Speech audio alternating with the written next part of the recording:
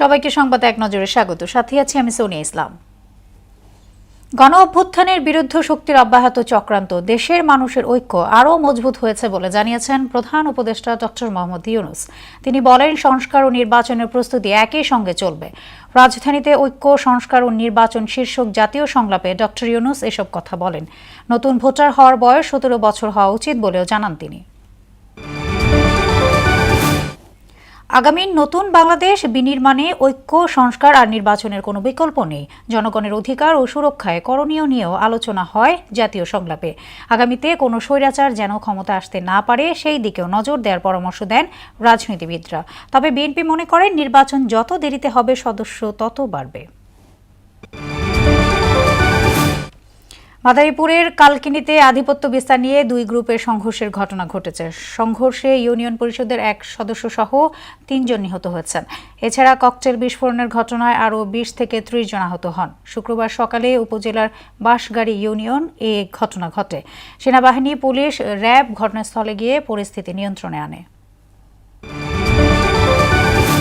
ঢাকা মাওয়া এক্সপ্রেসওয়েতে বেপরোয়া বাসের ধাক্কায় প্রাইভেট কারের 5 যাত্রী নিহত হয়েছেন। আহত হয়েছেন 10 জন। সকালে ঢাকা মাওয়া এক্সপ্রেসওয়ের কেরানীগঞ্জের টোল প্লাজায় দুর্ঘটনা ঘটে। এদিকে পাবনার সাথিয়া মাধোপুরে সড়কের রাঙামাটিয়া এলাকায় ট্রাক চাপায় করিমনের 3 যাত্রী নিহত হয়েছেন। ইসরায়েলি বিমান হামলায় গাজা উপত্যকায় 50 ফিলিস্তিনি নিহত হয়েছেন। নিহতদের মধ্যে স্বাস্থ্যকর্মী ও ফিলিস্তিনি সংবাদকর্মীরাও আছেন। এদিকে ইয়েমেনে ইসরায়েলি হামলায় 6 জন নিহত হয়েছেন বলে দাবি করেছে হুতি বিদ্রোহীরা। অন্যদিকে দক্ষিণ কোরিয়ার ভারপ্রাপ্ত প্রেসিডেন্টকে অভিশংসনের প্রস্তাব জমা দিয়েছে বিরোধী দল।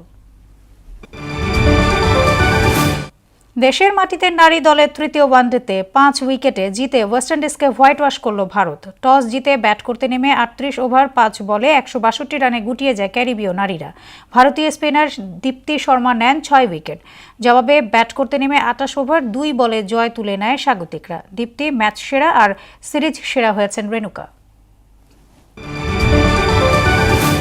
ফর্টিসকে 1-0 গোলে হারিয়ে বাংলাদেশ প্রিমিয়ার লিগে জয়ের ধারা অব্যাহত রেখেছে মোহামেডান স্পোর্টিং ক্লাব। কুমিল্লা স্টেডিয়ামে ম্যাচের 17 মিনিটে বয়েচুইংয়ের পাশে ধরে জালে বল জড়িয়ে একমাত্র গোলটি করেন সানজে ইমানুয়েল।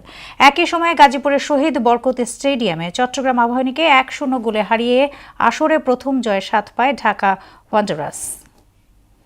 এই ছিল সংবাদ এক নজরে। সবশেষ খবর সবার আগে জানতে মোহনার সাথেই থাকুন। এতক্ষণ সঙ্গে থাকার জন্য ধন্যবাদ সবাইকে।